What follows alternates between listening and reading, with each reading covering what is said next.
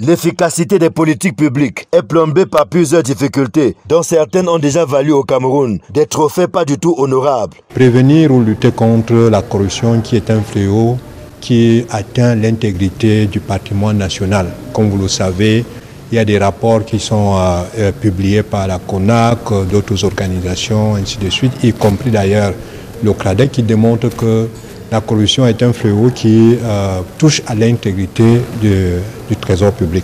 La deuxième chose qu'il faut dire, c'est qu'au niveau international, il y a la lutte contre l'évasion fiscale internationale, dans laquelle nous retrouvons la récurrence du phénomène des flux financiers illicites, qui est cette ressource qui est privée des caisses de l'État, mais qui est gagnée et qui est, j'allais dire, dépensée de manière illégale et contre la loi.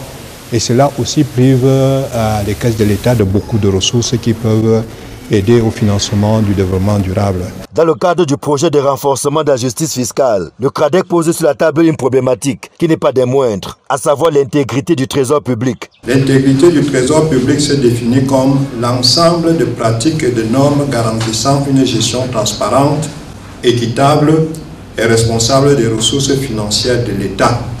Cela inclut la prévention de la corruption, la lutte contre les flux financiers illicites et l'assurance que les fonds publics sont utilisés au bénéfice de tous les citoyens.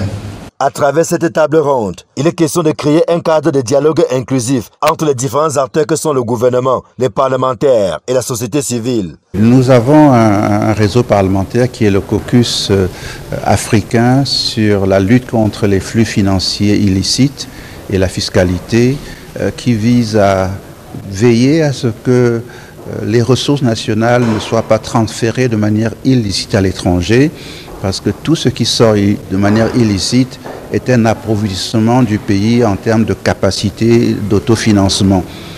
Plus nos ressources produites au niveau national seront conservées dans le pays, plus nous pourrons avoir des capacités de nous développer. La réflexion est menée alors que le débat d'orientation budgétaire pointe à l'horizon. Il est question pour la société civile de s'assurer que celui-ci soit un levier effectif de la redevabilité et de la bonne gouvernance financière. C'est de savoir si les ressources sont suffisamment bien encadrées et que ces ressources sont distribuées de manière équitable pour servir les besoins essentiels au niveau des populations.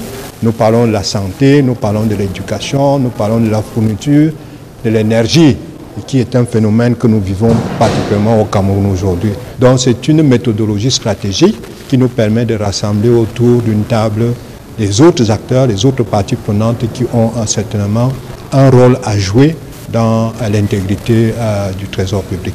L'objectif in fine est de promouvoir des orientations budgétaires transparentes, équitables et alignées sur les besoins réels des citoyens et sensibles au genre.